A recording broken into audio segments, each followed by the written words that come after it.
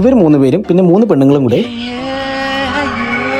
തിന്നാ ഉറങ്ങുക. ബസ്സിൽ യാത്ര ചെയ്യുമ്പോൾ ബസ്സിൽ വെച്ചൊരു ആന്റിയെ കാണും. ഇവൻ ആന്റി ലവർ ആയിരിക്കും. അവിടെ പ്ലേ ബോയ് അവനെ ഉഗ്രശേഷിയുള്ള കിടിലം ഗുണ്ടുകൾ ഓരോ ആഴ്ചയിലും വന്ന് നല്ല രീതിയിൽ പൊട്ടിക്കുന്ന ധ്യാൻ ശ്രീനിവാസൻ ആരും അറിയാതെ നൈസിനൊന്ന് ഇട്ടിട്ട് പോയ പ്രഹരശേഷി കൂടിയ വേറൊരു ഗുണ്ടാണ് സൂപ്പർ സിന്ദഗി. ഈ പടത്തില് പേരിൽ മാത്രമാണ് സൂപ്പർ ഉള്ളത്. വീക്ക്ലി സ്റ്റാറിനോടൊപ്പം സ്റ്റാറുകളുടെ ഒരു നിര തന്നെ ഈ പടത്തിലുണ്ട്. Retired star, convincing star, comedy star. സിനിമയുടെ കഥയിലേക്ക് വരികയാണെങ്കിൽ ജോലിയും കോലിയും ഇല്ലാതെ ഒരു പണിയും ചെയ്യാതെ കാമുകിയുടെ പൈസക്ക് തിന്ന് വെറുതെ തെണ്ടിത്തിരിഞ്ഞ് നടക്കുന്ന ഒരു നാണമില്ലാത്തവനും മറ്റുള്ളവരുടെ മുമ്പിൽ സിഗ്മയും പെണ്ണുങ്ങളെ കാണുമ്പോൾ ചുഗമയും ആവുന്ന ഒരു പെണ്ണുപിടിയനും ഒരു പണിയും ചെയ്യാതെ ബാക്കിയുള്ളവനെ പറ്റിച്ചിട്ട് കോടീശ്വരനാവാൻ നടക്കുന്ന കഥയാണ്. ഈ നാണമില്ലാത്തവനാണ് നമ്മുടെ നായകൻ. നായകന്റെ കാര്യം പറയുകയാണെങ്കിൽ കുഴിമടിയനാണ്. രാവിലെ തൊട്ട് രാത്രി വരെ വീട്ടിൽ തന്നെയാണ്. പ്രത്യേകിച്ച് പണിയും കൂലിയൊന്നും ഇല്ലെങ്കിലും ചില കാര്യങ്ങളിൽ നമ്മുടെ നായകന് കൃത്യമായിട്ടുള്ള അഭിപ്രായങ്ങളുണ്ട്. അങ്ങനെ 24 മണിക്കൂറും വെറുതെ വീട്ടിയിരിക്കുക, തിന്നാ ഉറങ്ങുക. അങ്ങനെ വീടിനും നാടിനും കുടുംബത്തിനും ആ പാവപ്പെട്ട അമ്മയ്ക്കും ഭാരമായിട്ട് ജീവിക്കുന്നവനാണ് നമ്മുടെ നായകൻ. ഈ നാണമില്ലാത്തവനും ഒരു കാമുകിയുണ്ട്. എങ്ങനെയാണ് ഈ സിനിമയിൽ മാത്രം ഇതൊക്കെ സംഭവിക്കുന്നത്? ഒരു ജോലിയും കൂടി ഇല്ലാതെ ഒരു പണിയില്ലാതെ വെറുതെ വീട്ടിലിരുന്ന് തിന്ന് നടക്കുന്നവനും കാമുകിക്ക് ജോലിയൊക്കെ ഉണ്ട്. ഈ കാമുകിയുടെ പൈസക്കാണ് ഈ നാണമില്ലാത്തവൻ ജീവിക്കുന്നത്. ഒരു വഴിക്ക് പോലെ 2000 ഉണ്ടാവും തരാൻ. എന്തിന് കാമുകി പിന്നെ ഇടക്കിടയ്ക്ക് ഇവനെ ഉപദേശിക്കുകയൊക്കെ ചെയ്യും.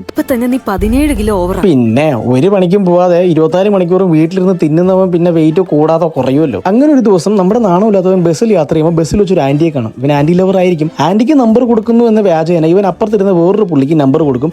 77 എന്നിട്ട് ഇറങ്ങിപ്പോവും. പക്ഷെ കോളൊന്നും ആശാന് വരില്ല. അത് കഴിഞ്ഞ് വീണ്ടും കാമുകിയോട് എന്തോ ബിസിനസ് സ്റ്റാർട്ട് ചെയ്യാൻ പോവാണെന്നൊക്കെ പറഞ്ഞ് കാമുകിയുടെ വീണ്ടും പൈസ മേടിക്കും.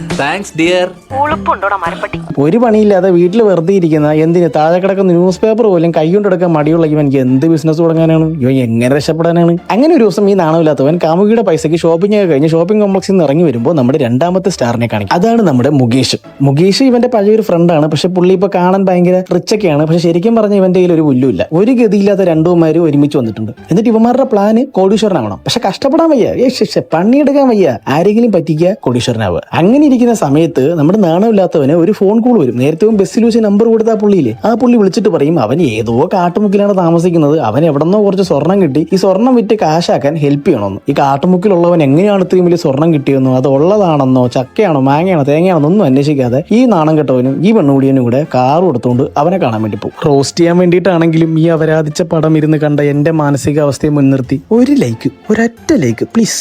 അപ്പൊ ഈ പോകുന്ന വഴിക്ക് നമ്മുടെ സിഗ്മ നമ്മുടെ നാണമില്ലാത്തതിന് കുറച്ച് ഉപദേശമൊക്കെ കൊടുക്കും. ഈ സ്ത്രീവർഗത്തെ ഒരു കയ്യകലത്തിൽ നിർത്താൻ തുടങ്ങിയതിന് ശേഷമാണ് എന്റെ ജീവിതം മാറി മറിഞ്ഞത്. എന്നിട്ട് വഴിയിൽ വെച്ചൊരു പെണ്ണിനെ കാണുമ്പോൾ അണ്ണൻ ചുഗമയാവും. ചേട്ടൻ വണ്ടി നിർത്തിയല്ലോ, ഇനി എന്താ? അങ്ങനെ ഒമാര് ഊരുതണ്ടി ഈ കാടിലെത്തുമ്പോ അവിടെ ആട് കിടന്നിടത്ത് ഒരു കൂടെ പോലും ഇല്ല. മറ്റവനെ വിളിച്ചിട്ടും കിട്ടുന്നില്ല. അവസാനം എന്ത് ചെയ്തു ഇവന്മാര്? എന്തായാലും ഇവിടം വരെ വന്നില്ലേ, ബാംഗ്ലൂർ പോയിട്ട് വേറൊരു നാണമില്ലാത്തവനുണ്ട് അവനെ കൂടെ കാണാന്ന് പറഞ്ഞിട്ട് ബാംഗ്ലൂർ പോകും. ബാംഗ്ലൂർ പോയിട്ട് നമ്മുടെ സിഗ്മയുടെ ഒരു ഫ്രണ്ടിന്റെ ഫ്ലാറ്റിലെത്തും. ഫ്രണ്ട് ഡോറ് തുറക്കും. പക്ഷെ ഫ്രണ്ട് പഴയ മാർഗങ്ങളിൽ നിന്നൊക്കെ വ്യതിചലിച്ച് ഇപ്പോൾ ഭക്തി മാർഗത്തിൽ നടക്കുകയാണ്. അപ്പൊ വന്ന കാര്യം നടക്കുന്നില്ല എന്ന് പറഞ്ഞ് ഒരു വിഷമിക്കാൻ വേണ്ടി ഒരു ബാറിൽ പോകും. ആ ബാറിൽ പോയിട്ട് ഈ ഡാൻസിങ് ഗേൾസിന്റെ കൂടെ ഡാൻസ് കളിക്കുന്ന ഒരു ചുള്ളനെ ഇവർ ശ്രദ്ധിക്കും. ആ ചുള്ളനാണ് നേരത്തെ കണ്ട മറ്റേ ആ ഭക്തി മാർഗത്തിൽ നയിക്കുന്നവൻ. അവിടെ പ്ലേ ബോയ് അവനെ. അങ്ങനെ അവിടെ നിന്ന് അവനെയും പറഞ്ഞ് ഭീഷണിപ്പെടുത്തി അവനെയും കൊണ്ട് വീട്ടിൽ വരുമ്പോൾ ഇവർ 3 പേരും പിന്നെ 3 പെണ്ണുങ്ങളും കൂടെ